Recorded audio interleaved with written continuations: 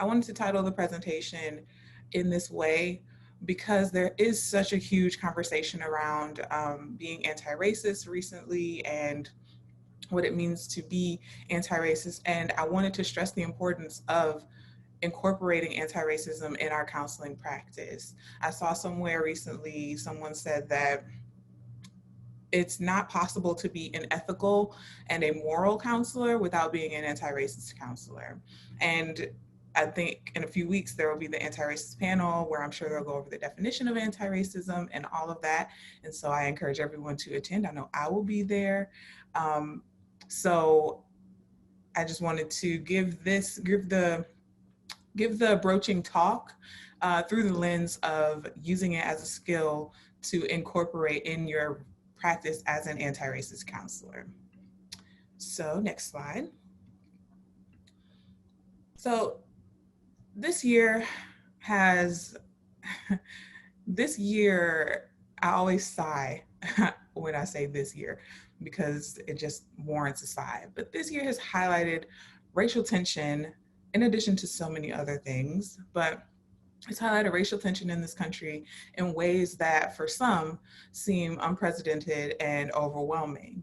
As I mentioned, if you were attended my previous webinar on race-based trauma, people of color are faced with the constant reminder of racism, which can have a deleterious effect on psychological and physiological health. And so with that in mind, the last thing that clients of color need is a counselor who invalidates their experiences with racism, is defensive about the existence of racism, or fails to make space for the client to bring their entire self into the room, which includes their racial identity. And so this presentation will hopefully shed light on the importance of discussing race in the counseling room and provide practical takeaways for the integration of more discussions about race with your clients. Next slide. So this country has a strained, to say the least, history with race relations. Considering factors like the discovery of the country and the genocide resulting from that, the role of slavery in the establishment of this country, medical experimentation on Black people, for example, the Tuskegee experiment, or gynecological experimentation on enslaved women, et cetera, the list goes on. To more recent concerns like police brutality, disproportionality in the criminal justice system, and frankly, disproportionality across the board. There doesn't seem to be a place in this country's history, nor in its present, that isn't marked by some sort of cultural or racial conflict or inequity. And so further, when you think about the mental health field, we want to say that counseling specifically is a very social justice oriented profession. And it should be at its very core. But the mental health field is not exempt from disproportionality. And so the following things, or the things on the screen, are some things that are true in mental health fields. And that includes that ethnic minority groups underutilized services. There's problems with treatment and engagement and also retention. There's overdiagnosis of schizophrenia in African American and depression in Latinx people. There's an inadequate insurance coverage, inadequate detection of mental health concerns by primary care physicians. And there's also cultural mistrust, which comes at the intersection of clinical cultural proficiency, and it speaks to the topic at hand today. It's hard for our clients to trust us with their culture or with being able to facilitate discussions or help them to navigate their feelings about their culture if we're not creating safe spaces for them to do that. Next slide. So while some have defined mental health as the absence of mental illness, the World Health Organization extends that definition to one of a holistic wellness. They define it as a state of well-being in which every individual realizes his or her own potential, can cope with the normal stresses of life, can work productively and fruitfully, and is able to make a contribution to her or his or their community. And so given this definition of mental health, it leads me to wonder, what would it take to ensure that people of color are able to be mentally healthy? Realizing one's potential, like just if we were to break it down a little bit, realizing one's potential requires representation, seeing people who look like you or who are from your ethnic group in various positions and being celebrated in those positions. Coping with the stresses of life requires culturally sensitive counselors who validate the microaggressions and race-based stressors of their clients of color. The ability to work productively and fruitfully requires access to jobs that provide a living wage. Contributing to one's community requires that one's basic needs are met so they're able to give to others. And now, like considering the disproportionate items that were on the last slide, and getting into some of the reasons for those things would be an entire separate webinar. But given all of that information and how some of these things are either impossible or very difficult for some people or some groups in this country to achieve. When those things aren't present for people of color, by definition, they can't be mentally healthy. And as mental health professionals, is it not our professional obligation to assist our clients in achieving mental health? If so, this means we have to extend our work outside the counseling office in advocating and all of those things, but we also have to do more in the office as well. Yes, we learn all of our theories, we learn all of the great skills, and we learn all of these different new models and ways of intervening with our clients. But we have to do more specifically as it relates to this second point of helping individuals to realize or to cope with the stresses of life. And that's where broaching and being an anti-racist counselor comes in. Now, I do want to mention that we're speaking from a race, ethnicity, or racial, ethnic, cultural perspective for the purposes of this presentation. But the exact same is true for those who are marginalized based on SES, gender expression, gender identity, religion, sexual orientation, etc. So keep that in mind, no matter what, no matter how your clients identify the definition of mental health and how it's our responsibility to improve that. Next slide. So broaching isn't simply about mentioning race or ethnicity or culture in a session with clients. Broaching can and should be used as a means by which you create a safe space for your clients to bring their full and complete authentic selves into the room to share with you. Broaching racial, ethnic, or cultural concerns alone doesn't make you a multiculturally competent counselor, nor does it alone ensure your clients will feel safe. Broaching racial, ethnic, cultural concerns is a bridge by which you infuse your social justice knowledge, empathy, and continually growing multicultural competence into your work with clients in a practical manner.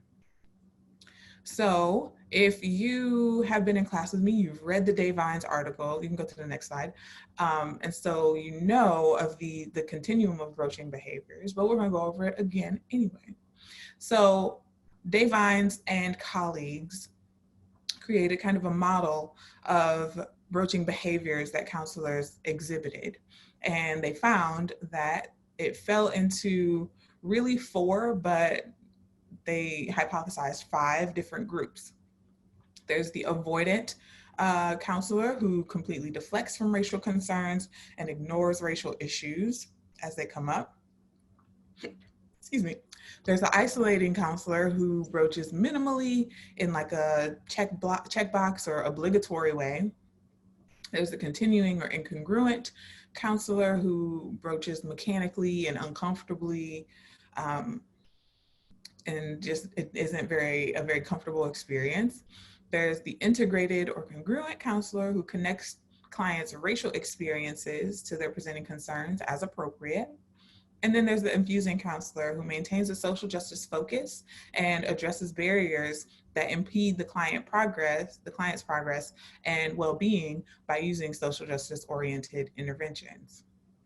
Now, it should be noted that when Dave Vines and colleagues studied these these broaching behaviors to see like if people engage in them or like how they categorize. The isolating category didn't differentiate itself as a standalone category, probably because of its similarity to the avoidant category. So that's just a little aside. Next slide.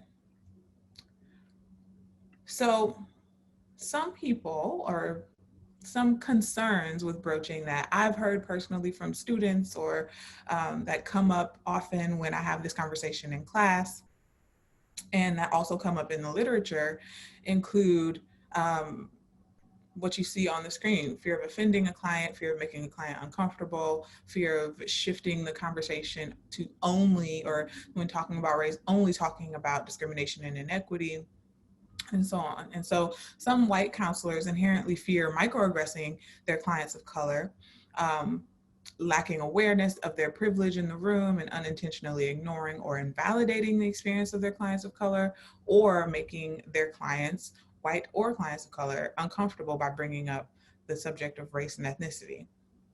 Another fear by counselors is that bringing up race means that the counselor will have to only focus on discrimination and injustice or inequality, which isn't the case.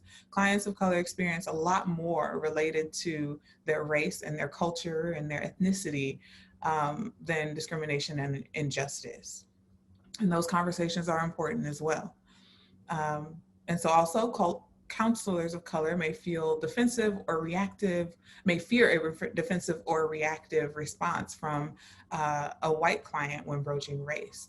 And so there may be a fear of being placed or putting themselves in a vulnerable place by broaching race, which opens them up to potential microaggressions or invalidations from the client. And so all of these fears are common and valid based on how our society views and discusses race and this country's tumultuous history with race. So it makes sense that we're uncomfortable talking about race because we don't have the vocabulary or maybe even the understanding ourselves of how we feel about racial issues to be comfortable enough to discuss race in a professional atmosphere like with our clients. Next slide. So there's actually a lot of work that goes into broaching that begins before you even get into the room with the client, and it continues outside of your work with your clients. As you move through your training, wherever you are in your training, whether you are just beginning in the program, finishing up in the program, at the graduate intern level, or wherever you are, you should be becoming more and more aware of where you are in your racial identity development. So if a potential client called to schedule a session with you, let's say, for those of you who aren't even seeing clients yet, let's just move you along and pretend that you're at that place. What if a potential client called to schedule a session and they asked you, what racial identity work have you personally done and how does that impact your practice? Would you have a response? Just think a little bit about that. I personally encourage anyone who asks me for advice in choosing a counselor to ask that question, especially people of color, because it's impossible to be fully infusing, going back to those broaching actions or broaching behaviors, in your practice if you've not done racial identity work yourself. So, next slide. So I'm going to quickly, because I'm sure you guys have all gone through these racial identity development models in your diversity class. So I'm going to quickly go through the stages of a few of the racial identity development models for multiple people of multiple racial and ethnic groups. So for Black people, the Black American Racial Identity Model by William Cross explores racial identity through the lens of, or through the stages of pre-encounter, encounter, immersion, internalization, and internalization commitment, where the pre-encounter stage is characterized by being absorbed by many beliefs and values of the dominant white culture. including the notion that white is right and black is wrong, and a de-emphasis on one's racial group membership. And then there's the encounter stage, where a person is forced by an event or series of events to acknowledge the impact of racism in one's life and the reality that one cannot truly be white, and forced to focus on identity as a member of a group impacted or targeted by racism. The next stage, immersion, includes a desire to surround yourself with visible symbols of Blackness and your racial identity, and avoidance of the symbols of whiteness. You actively seek out opportunities to explore aspects of your own history and culture, and you seek support from peers from your own racial background. Internalization is characterized as being secure in your own sense of racial identity. Pro-Black attitudes become more expansive, open and less defensive, and you're willing to establish meaningful relationships with white people who acknowledge and are respective of one's self-definition. And then there's the internalization commitment stage, which is characterized by finding ways to translate your personal sense of Blackness into a plan of action or a general sense of commitment to concerns of Black people as a group, which is sustained over time. And it's also characterized by a overall comfort with your race and the races of those around you. Next slide. So for biracial people, there's Poston's identity development model. There's also Rockmore and Laszloffy's ideas, and Maria Roots. And so for biracial people, there's a sense of self and personal identity for Poston's model. There's a sense of self unrelated to ethnic grouping. And then there's a choice of group, where you feel pressured by one or more, or you feel pressured to choose one racial identity or racial or ethnic group over another. Then there's the categorization, where your choices are influenced by the status of the group, parental influence, cultural knowledge, or appearance. And then there's enmeshment or denial. There's guilt and confusion about choosing an identity that isn't fully expressive of all of your cultural influences, or a denial of differences between the racial grouping, or a possible exploration of the identities that were not chosen previously. And then there's an appreciation of multiple identities and integration and a sense of wholeness. And then integrating those multiple identities. Now, Rockmore and Laszloffy don't necessarily categorize the steps, but they just say that some people choose to identify singularly with one of their identities. Some people blend with a primary emphasis on one identity and a secondary emphasis on another. And some may blend their two or more identities with equal emphasis. And also, there is Roots kind of resolutions of biracial identity tensions.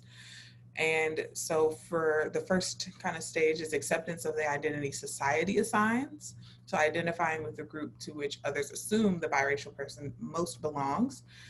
Then there is identification with both racial groups, identifying with both or all heritage groups, depending on the social and personal support. And then there's identifying with a single racial group, so choosing one group independent of social pressure to identify themselves with in a particular way, or identification as a new racial group, so moving fluidly among racial groups, but identifies most strongly with other biracial people, regardless of specific heritage backgrounds. Then, next slide, there is the, make sure, wait, where are we? Okay, yes. So for white people, there's Helms' model, which includes a few stages. The first stage being contact, where the individual kind of adheres to a colorblind norm. You don't necessarily see, you see racial differences, but don't find it salient that racism is propagated by but you see that racism is propagated by the discussion and acknowledgement of race as an issue. So there's no continuous demonstration of racism. It's a seemingly non-racist position, but can cover unconscious racist beliefs. And so when a white person moves into a real world experience or knowledge that uncovers the privileges of their whiteness, they move into the disintegration stage, in which they become, or because they've had a new experience that confronts that prior conception of the world, and because it's now challenged by new information, they often feel guilt and shame, and these emotions can be modified when the person decides to channel them in a positive way. But when those emotions continue to dominate, the person may move into the reintegration stage, which is marked by the blame the victim attitude. And that's more intense than anything experienced in that very first stage, the contact stage. Yeah, there we go. And so an individual may feel that although they as a white person do have privilege, it's because they deserve the privilege in some way and are superior to minority groups. So if that person is able to combat those feelings, they may be able to move forward into the pseudo-independence stage, which is the first positive racial identification stage. And although someone in this stage doesn't feel that white people deserve privilege, they look to people of color, not themselves, to confront and uncover racism. They approve of these efforts and comfort the person as the efforts validate the person's desire to be non-racist. Although this positive white racial identity, this is positive white racial identity, the person does not have a sense of how they can be both white and non-racist together. So there's that internal dissonance that they experience. And then there's the immersion stage, where the person makes a genuine attempt to connect to their white identity and to be anti-racist. And it's usually accompanied with deep concern and understanding, and connecting to other white people who are or have been dealing with issues of racism. And then the final stage is autonomy. And that stage is reached when an individual has a clear understanding of and positive connection to their white racial identity, while also actively pursuing social justice, actively being anti-racist. So the Helms stages are as much about finding positive racial identification with being white and becoming an active anti-racist. Okay, and so then there's also, next slide, the Filipino American model by Nadal. And so that starts with ethnic awareness, which is a neutral, positive feeling about all ethnic groups, including one's own, with little exposure to prejudice, assimilation to dominant culture. In that stage, an individual views only white as positive and is negative toward other ethnicities. In the third, there is the social political awakening. An individual's negative views toward white people and positive toward other ethnicities. Then there's the pan-ethnic Asian American consciousness, which is a partiality toward Asian Americans. Ethnocentric realization includes viewing oneself and other communities of color as empowering.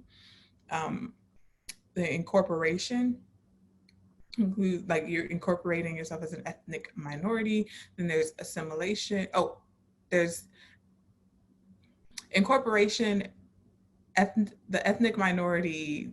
These last four are Barry's stages. I forgot to put that in the thing. So there's assimilation, which is valuing the majority culture over one's own. Separation, preserving one's culture while withdrawing from the majority culture. Marginalization, losing cultural contact and identification with one's culture as well as the majority culture. And integration, which is valuing and integrating one's culture as well as the majority culture. So that was a lot of different models, and hopefully one that you hopefully there was one that you could see yourself in, or one that you could relate to. Um, and hopefully, and I implore you to do a little bit more research on racial identity development to see where you are in the racial identity development stage. And if you noticed, with all of these models of racial identity development, there's the beginning stages are mostly or all characterized by the idea that whiteness is right, or whiteness is the norm or superior. Um, and then there's this transformation that happens where each one ends in a sense of like integration, where there is no longer a hierarchy between ethnic groups. And so again, I would encourage you to keep doing your research on your own racial identity development and where you lie with that. Next slide, please. Because once you figured out where you are in your own racial identity development, then you can become more aware of what's comfortable for you to talk about in your work with clients and work toward that infusing category of broaching behaviors. Okay, next slide. So I talked a lot about like a bunch of stuff about like why broaching is important, and what you need to do before you're comfortable with broaching. So now I know you guys want some like practical stuff to take away. So let's talk about actually broaching, ways to broach. So there are many ways of broaching. I'm gonna talk about two different ways. The way that we talk about usually when I have this conversation in class is just that like initial session broaching skill, and how I express to the class that I broach is, I identify as a Black woman. How might you see my identity as impacting our therapeutic relationship? And I think that that's a great way to approach broaching. And again, as I've said in class before, I tend to broach it's usually in the more in the beginning of my work with clients, because again, I bring my Blackness wherever I go. I don't have the the ability to leave it anywhere. So it's something that usually it's at the forefront. And so I think that it's important for me to broach race, especially with clients, well, with all my clients really. And so I broach in that way specifically, and my wording is very specific and thought out for this specific way of broaching, because I avoid making assumptions about my client's identity. I talk about how I identify. I identify in this way racially and ethnically, and as gender as well. And so that's opening the door to the conversation without assuming that the client identifies in a certain way, or asking the client to share how they're identifying. And I also ask the question as an open question. I say, how do you see my identity as impacting our therapeutic relationship? Because that gives an expectation for the client to not just say, oh, no, I don't see it as a problem. It's not an issue, just throwing it away. Because as we've talked about, broaching and talking about race isn't something that is done in our day-to-day lives. We don't usually talk about race, even sometimes with our families, let alone with a stranger in a counseling room. So I want to get an actual answer from the client. I want the client to think a little bit about it. How might my identity impact our relationship? And also, how might their identity impact our relationship? And also, it's important to make it a conversation. So follow up with an explanation of the purpose of broaching, which is to open the door to conversations about differences or culture or race or ethnicity in the future. And don't just leave it as, oh, okay, that's fine. Okay, moving on. Let's talk about something else. You want it to be a conversation. And also, you want to continuously broach with your clients. And what that looks like is throughout the course of your work with the client, bringing up their identities as it relates, as appropriate, and as it relates to what they're talking about, what their presenting concern is. And the purpose again is to validate, affirm, and encourage deeper exploration of the racial, ethnic, and cultural concerns as it relates to the subject the client is talking about. So saying things as, I wonder how your identity as a Black woman is impacting what's happening for you. Or tell me more about how your cultural identity relates to this situation. So you want to be careful. Again, I'm going to put a little asterisk here because it's once you're aware of how your client identifies, it's okay to bring up their identity when appropriate to validate, affirm, and encourage deeper exploration. Not to just be nosy or to get information from them. So you're not asking the client to speak for all members of their racial, ethnic, cultural group, nor are you expecting the client to educate you on their culture. Your client is the expert in their life, but that doesn't mean that they have to be your instructor on their culture. So you're asking these questions, or you're bringing up the client's race, ethnicity, and culture in an effort to validate it and to connect it to what the client is talking about, not just to bring it up for the sake of bringing it up. Okay, next slide. So, some things to remember. Every client will be at their own stage of racial identity development, and it is unfair to judge your client based on their racial identity development or to pressure your clients to do racial identity work that they're not ready to or don't want to do.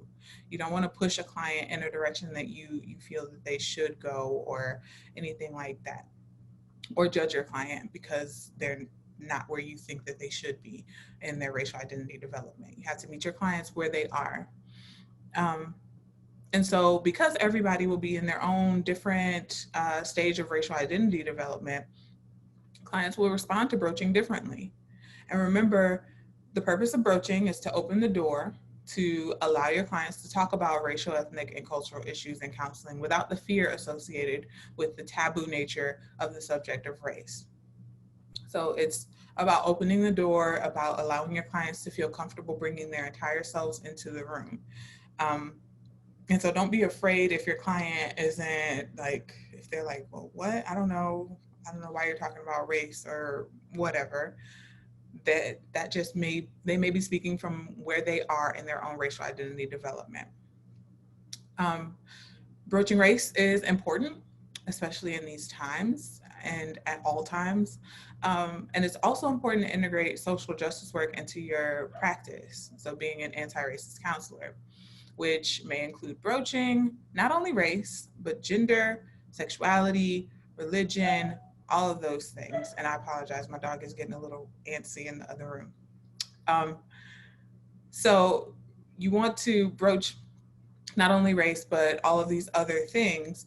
And as with racial, ethnic, and cultural broaching, you're comforting your own identity in each of those areas, and your comfort with the privilege or marginalization associated with your identity in those areas will determine how comfortable you are in having these conversations and how effective you are in creating a safe environment for clients to discuss those things.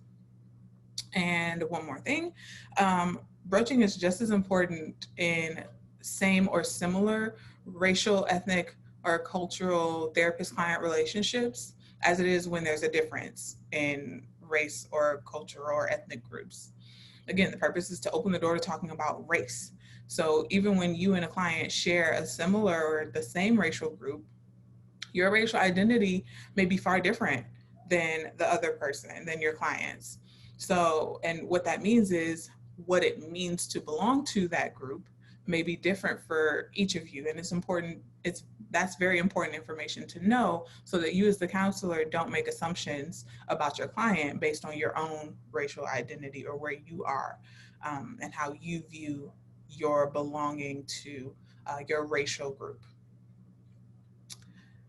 All right, questions? Next slide. So I think that the most important thing in an intake form would be to, uh, I mean, you could have like check boxes and say check all of that apply, or you could just use an open question like how do you identify um, racially, ethnically, culturally, or you know whatever is whatever it is that you're looking for.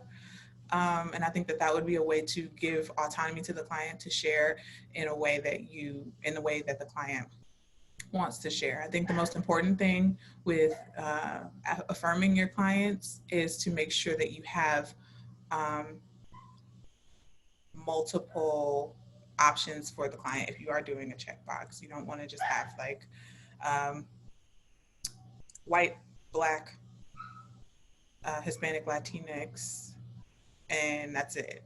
Like you want to have, you want to be inclusive in what you include on your intake form. I hope that answers the question.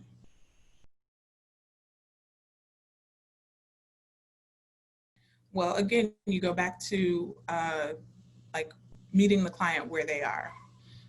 If the client shares I'm biracial and it doesn't really affect me that much, then that's where the client is. That's where you have to meet the client. Now, if the client continues to bring up things or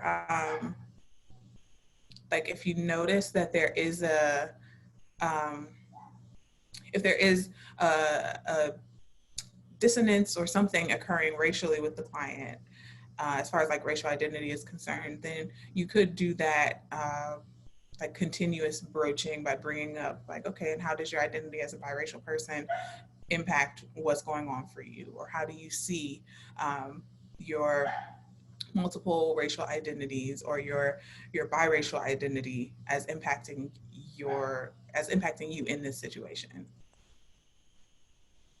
But it's all about meeting the client where they are.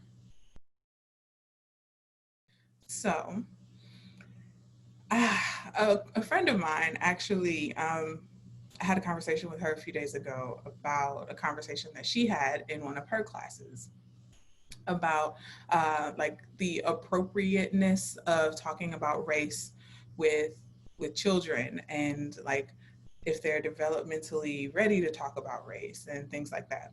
And so like, don't quote me, but I believe children begin to notice differences between people at the age of like 3. Again, don't quote me, I'm not quite sure. I think that's the age though, but very young. And so the way that my friend said she talked to her class about it was by drawing the connection between um, the importance of talking about sex and sexuality with children. Because if you don't talk about it, then that creates this sense of mystery around it, and it creates a sense of like assumptions or misinformation and things like that. And the same is true with race, especially when we live in a society that uh, that perpetuates this idea that perpetuates racist ideas. It's really easy for children and teens to kind of get caught up in the idea that white is right, or whatever. Like I said, when we were going through those racial identity development models, usually they start out with people of all groups believing that idea that white is right. And so um, I would say, to answer the question, like, how do you determine when it's developmentally appropriate? I think it's developmentally appropriate as long as the child or adolescent is old enough to notice differences between themselves and other people, which is after the age of 3. It's just about like how you tailor your conversations. And there are lots of books. I know Ibram Kendi has a book called The Anti-Racist Baby, which I think is awesome. Um, but yeah, there are so many resources out there to help you have those conversations. And I wish I knew off the top of my head some specific resources for talking about race from a counselor, like from a counselor client perspective, with children and teens. But I know it's out there.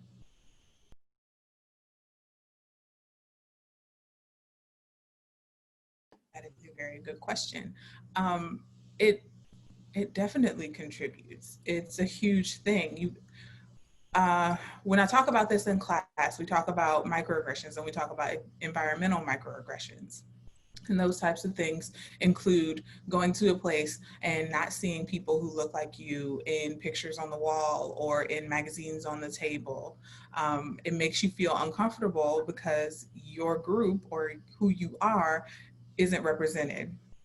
And so, I don't know if this was in the question, but some ways that you could make sure that your office space or that your wherever it is that you're working feels inclusive, or at least tries to feel inclusive for people of marginalized groups, is by being intentional about the things that you hang up. Artwork, whether it's who is in the artwork or who has done the artwork on the wall, or um, making sure that there's access for uh, people with differing abilities, um, like physical abilities. Having like magazines on the coffee table in the waiting room that are for people, that speak to different racial groups or different ethnic groups or whatever. Just keep it in mind and try to make sure that you're including different pieces of or things that are relevant to different groups in those in those small ways.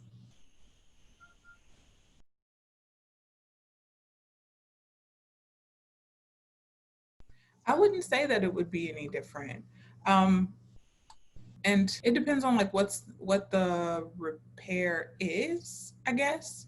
If there was something that like I as a counselor said or did that was insensitive to one of the client's identities, and the client let me know, I would probably, broach it right at that moment, by letting the client know, I guess in this situation, you would probably add the piece of, because of the way that I identify, or because of my identities, I do have blind spots, and there are things that I won't understand or that I won't know. So forgive my ignorance if I do say something that is insensitive or invalidating, and it would make me it would help me to serve you better if you would let me know when those things occur so that I can, adjust what I say, or so that I can apologize and mend the relationship at that moment.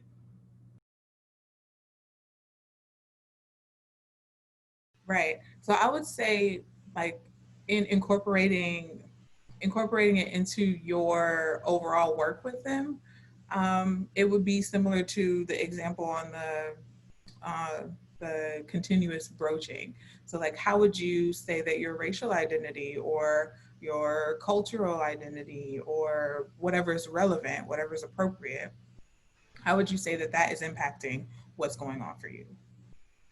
Mhm. That way, you're not making an assumption, you're not calling, it out, but well, you're not making an assumption or telling them how you see them, but you're allowing them to share how they see themselves as it relates to what's going on for them. Well, I wouldn't change what I say. I think what you're speaking to is like, how do you get the responses from each person in the room? And I think that I would do that. I would open in a group situation. I don't know if I would go person by person by person by person, but I would open it up to the group. But in a systemic client situation with a couple, family, or some other relationship, um, I would want to hear each person's response. So I would, just like you would with any other question that you ask a couple or a family, I would, say thank you for sharing. Now I wonder how you're feeling about this other person.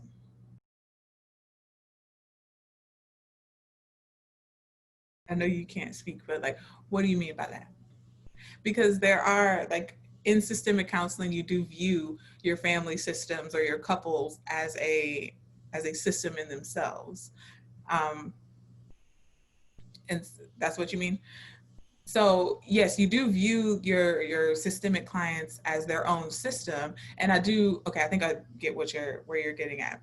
So there are the individuals within the system, but then there's kind of the system in itself, and the system in itself may have its own ideas about race or culture or whatever. And the family system or a couple may have its own, you know, couple dynamics or family dynamics or cultural norms within the system itself. And so um, the family system or the couple may express that that's how they identify, or you may be able to pick that up from how each person responds to your broaching questions. You may be able to gather that information from them that, you know, race is maybe something that isn't talked about in the family system or in the couple, or race is something that, you know, that is talked about very often, and they've each person has done extensive racial identity development work. But I think it's something that you can glean from each person's response, if that makes sense. Just like you do in your regular systemic assessment, you're gathering information from each person, but the information that you gather is about the system, or it tells you information about the system and how the system operates. Is that helpful?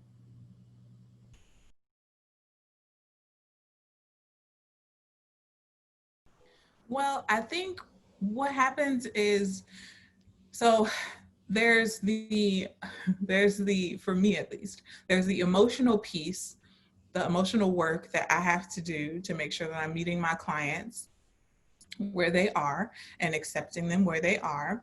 And how I do that is by reminding myself that the client is a product of their surrounding. They're a product of, you know, systems that perpetuate racism. And so in doing that, it helps me to not personalize or not, it's hard to not take racism personally, but to not personally attach the racism to that person, but attach the racism to the systems that create racists, if that makes sense. Um, and so it's about meeting the client where they are, remembering that they are a person and that they are coming to you for help. And so we are obligated to help them. But also, like, it's our job as well to correct misinformation. So if a client, like, a client can, you know, have beliefs and, you know, they can believe whatever they want, but if the client is coming in and saying things that are just factually incorrect, it's possible for us to correct that information, whether it be about, you know, race things or just things that are just simply facts. But that doesn't mean that we're, you know, telling our clients you shouldn't believe this or you shouldn't believe that. We're meeting our clients where they are.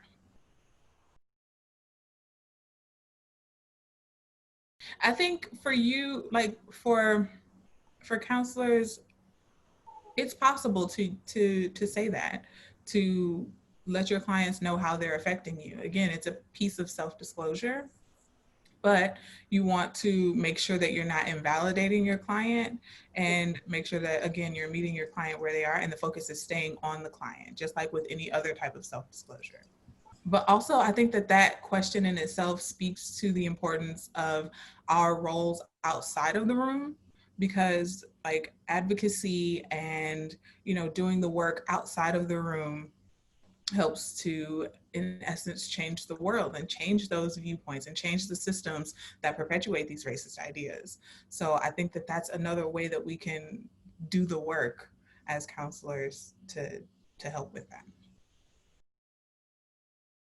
Absolutely, and that's a great point. You do want to like bring it up again in that the same way of like, how do you see your intersecting identity as a um, as a Latino gay person as impacting this? Or how do you see your identity as a, just multiple overlapping identities? How do you see those as impacting your